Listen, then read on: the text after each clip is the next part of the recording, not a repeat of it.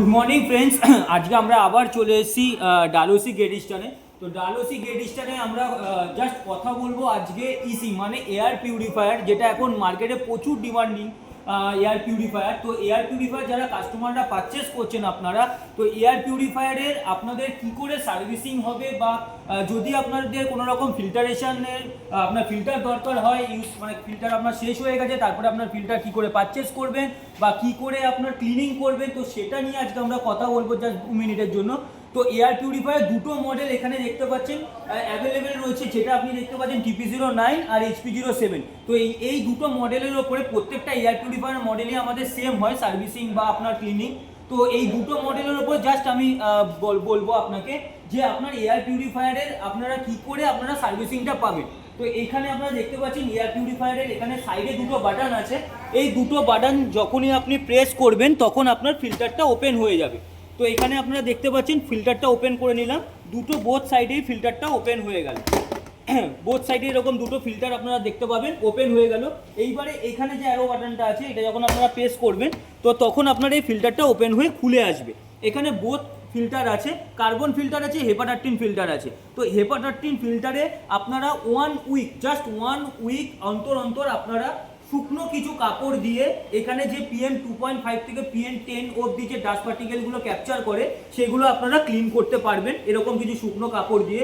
আর এটা যেটা দেখতে পাচ্ছেন এটা হলো কার্বন ফিল্টার, এটার মধ্যে আপনার গ্যাস, কেমিক্যাল, স্মেল এগুলো ক্যাপচার করে। তো এটার আপনার কোনো ক্লিনিং নেই, এটার কোনো ক্লিনিং আপনাদের করতে হবে না। কেন? এটা আপনার ফিল্টারে একটা লাইট থাকে, তো এটা আপনার কোনো ক্লিনিং হবে না।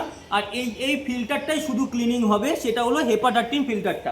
বোথ সাইড আপনারা এটাও দেখতে পারেন, প্লাস আমি এটা দিয়ে খুলে আপনাদেরকে দেখাচ্ছি। এরকম আপনারা 1 উইক অন্তর অন্তর এটা আপনারা ক্লিন করতে পারবেন। ফিল্টার লাইভ আছে, যদি আপনারা 12 আওয়ার্স করে চালান তাহলে আপনাদের 14 to 16 মান্থ অবধি ফিল্টার চলবে, ঠিক আছে? যদি 12 আওয়ার্স করে চালান, যদি 24 আওয়ার্স করে চালান তাহলে ওটার ফিল্টার লাইফ আরও আপনার কম হবে, ধরুন 7 to 8 মাস আমি অ্যাপ্রক্স বলছি। এবার আপনাদের ওপর যে আপনারা কীভাবে ইউজ করছেন সেটার উপর ভিত্তি করে হয়। এইবার আপনারা দেখতে পাচ্ছেন এখানে আর কোনো ক্লিনিংয়ের কিছু দরকার নেই। এবার হলো এই ফিল্টার, এই PWP আমাদের বিভিন্ন ধরনের ইসির ওপরে অফার চলে। PWPটা কি? আপনার ফিল্টারের ওপরে কি আছে, যখন আমি ধরুন পারচেস করলাম তারপরে আমি 6 মাস বাদে একটা ফিল্টার কিনতে যাচ্ছি, তার প্রাইস কি আছে কাস্টমারের কোশ্চেন থাকতে পারে। তো তখন আপনারা দেখবেন যে এইটার বেশিরভাগই আমাদের প্রাইস থাকে হলো 2.90। ফিল্টার প্রাইস আছে আপনার 5000, যেটা আপনাদের PWP অফারে পেয়ে যাবেন মাত্র 2.90-তে। তো এটা আপনারা কোথা থেকে পাবেন? আপনাদের কাছে একটা কন্ট্যাক্ট নাম্বার থাকে, সেটা হলো কাস্টমার কেয়ার কন্ট্যাক্ট নাম্বার। ওই কন্ট্যাক্ট নাম্বারে আপনারা ফোন করবেন। আপনাদের যে যখন আপনারা পারচেস করেছিলেন ওই পারচেসের সময় আপনাদের ফোন নাম্বারটা কাস্টমার কেয়ার সার্ভিসে রেজিস্ট্রেশন করানো হয়। যেখান থেকে পারচেস করুন না কেন তাকে বলবেন যে আমার নাম্বারটা কাস্টমার কেয়ার সার্ভিসে রেজিস্ট্রেশন করে দিতে।